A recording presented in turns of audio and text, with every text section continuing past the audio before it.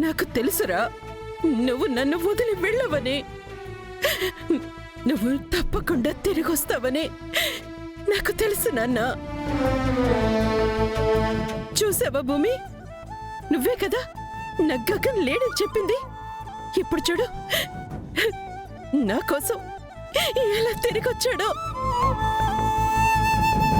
నా బంగారు కొండ, నువ్వెక్కడికి వెళ్ళకూడదు, నాతోనే ఉండాలిరా. అవునత్తయ్య, బావ వచ్చేశాడు. ఇక మీరు భయపడే పనిలేదు. మనందరం సంతోషంగా ఉండొచ్చు. రామ్మా. గగన్, ఒకటి చెప్పు నాన్న, నన్ను చూసి కూడా నేనెవరో తెలియనట్టు ఎందుకు నటించావు? మేము నీకోసం వస్తే ఎందుకురా బయటికి పంపించేశావు? నేను నీ అమ్మని కాదా? నా బాధ నీకు కనిపించలేదా?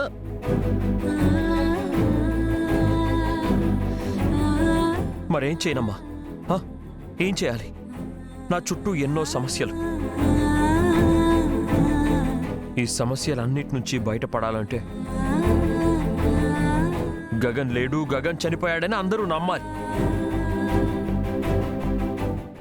అంతకంటే ముందు నేను గగన్ కాదని అందరూ నమ్మాలమ్మా. అందుకే గుండె రాయి చేసుకుని అలా చేశాను. సరేరా, నువ్వు అందర్నీ నమ్మించాలనుకున్నావు, నేను అర్థం చేసుకుంటాను. కానీ నన్నెందుకురా? నేను నీ అమ్మని కాదా? నిన్ను చూడకుండా నేను బతకలేనని నీకు తెలుసు కదా. నేను అంతలా ఏడుస్తున్నా ఒక్కసారి కూడా నా దగ్గరకు రావాలనిపించలేదా? అమ్మా, ఆ క్షణంలో నా గుండెని నేను ఎంత రాయి చేసుకున్నానో, నా మనసు నేను ఎంత చంపుకున్నానో నాకు మాత్రమే తెలుసమ్మా. నేను నీ దగ్గరకొచ్చి కళ్ళల్లోకి కళ్ళు పెట్టి చూసి అమ్మా అని పిలిస్తే నేను అనుకున్న ప్లాన్ మొత్తం ఫెయిల్ అయిపోతుందమ్మా. అందుకే నేను చూసి కూడా ఏమీ తెలియనట్టు అలా నటించానమ్మా. నన్ను నమ్మమ్మా. నువ్వెంత నరకాన్ని అనుభవించావో, నీకు దూరంగా ఉంటున్న ప్రతి క్షణం, ప్రతి సెకండ్ నేను కూడా అంతే నరకాన్ని అనుభవించానమ్మా. అందుకే కొద్ది రోజులు ఆకాష్గానే ఉండి నా చుట్టూ అల్లుకున్న ఈ వలయాన్ని బద్దలు కొట్టాలనుకున్నానమ్మా. మనల్ని ఇబ్బంది పెడుతున్న వాళ్ళ అసలు రంగు బయట పెట్టాలనుకున్నాను. అందుకే ఈ నిర్ణయం తీసుకున్నాను. లేకపోతే నిన్ను వదులుకుంటానా అమ్మా? భూమిని వదులుకుంటానా నేను? నేను గగన్ని కాదని చెప్తే నువ్వు బాధపడతావు, తర్వాత ఇంటికి వెళ్తావు అనుకున్నాను కానీ ఇలా నువ్వు లోకాన్నే వదిలేసి వెళ్ళిపోతావని నేను కల్లో కూడా అనుకోలేదమ్మా. అందుకే నేను నీ దగ్గరికి తిరిగి వచ్చానమ్మా. నన్ను క్షమించమ్మా, నిన్ను చాలా ఏడిపించాను.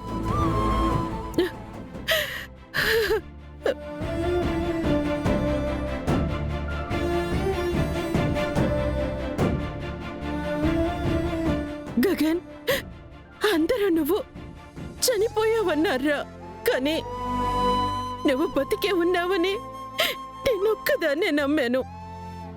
ఎప్పుడు నిన్ను అందరికీ చూపించాలి, నా కొడుకు తిరిగొచ్చాడని చెప్పాలి. పద నాన్న, మన ఇంటికి వెళ్దాం. అమ్మా వద్దమ్మా, ఈ టైంలో నువ్వు అస్సలు ఎలాంటి నిర్ణయం తీసుకోకూడదు. యాక్చువల్లీ ఇప్పుడు నేనే గగను, నేను ఇంకా బతుకున్నానని బయట ఎవరికి తెలియకూడదమ్మా. నేను ఎప్పుడు నీతోనే ఉంటానమ్మా, నీతోనే ఉంటాను. నేను నిన్ను వదిలేసి నేను ఎక్కడికి వెళ్తానమ్మా? పదమ్మా, పద. పద వెళ్దాం.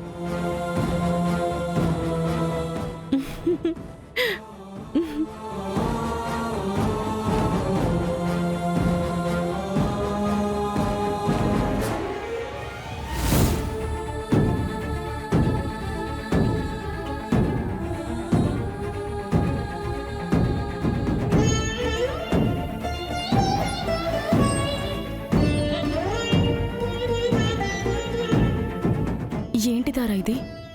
కోకాపేటలో ఉన్న మీ 10 ఎకరాల పొలం నా పేరు మీద రాసుకోవడానికి కావలసిన డాక్యుమెంట్స్. ఇప్పుడు ఆ ల్యాండ్ అమ్మేయాలని నేను డిసైడ్ అయ్యాను. నువ్వు సంతకం పెడితే మిగతా ప్రాసెస్ నేను చూసుకుంటాను. వద్దు తారా, ఆ పని మాత్రం చేయకు.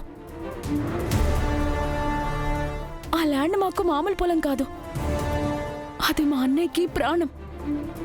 అమ్మ పేరు మీద ఒక పెద్ద హాస్పిటల్ కట్టాలని అన్నయ్య ఎన్నో కలలతో ఆ పొలం కొన్నాడు.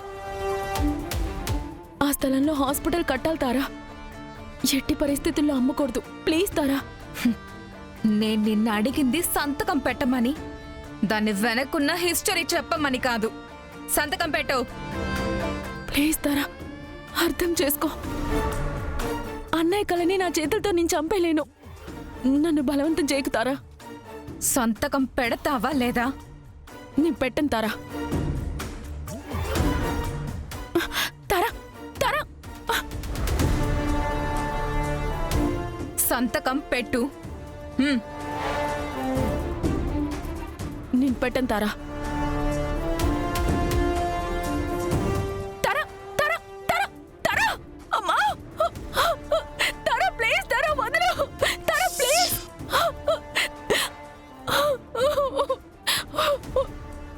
ఇది శాంపుల్ మాత్రమే.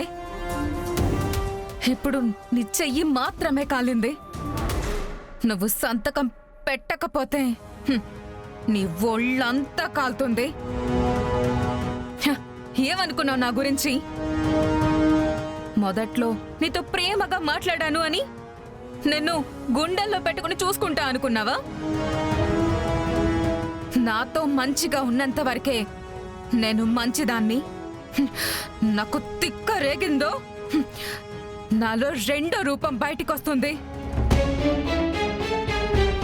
మీ అన్నయ్య నన్ను మోసం చేసి పారిపోతాడా? ఇప్పుడు ఏమైందో చూసావుగా. శాశ్వతంగా అందర్నీ వదిలేసి పైలోకాలకి వెళ్ళిపోయాడంట. ఇప్పుడు ఆ ల్యాండ్ నా చేతిలోకి రావాలి. పెట్టు, సంతకం పెట్టు. నేను పెట్టను తారా, నేను చచ్చిన ఈ సంతకం పెట్టను. మళ్ళీ కాల్చమంటావా? రెండో చేయి కూడా కాలుస్తాను. Tara Tara Tara Tara, please Tara, Tara Tara, please Tara, Tara Tara, please Tara, Tara. Tara, ఏం చేస్తున్నావు? అన్నయ్య, వీళ్ళకేం చెయ్యాలో అదే చేస్తున్నాను. వీళ్ళ మీద జాలి చూపించొద్దు. మనల్ని ఎంత ఫూల్స్ ని చేశారో మర్చిపోయావా?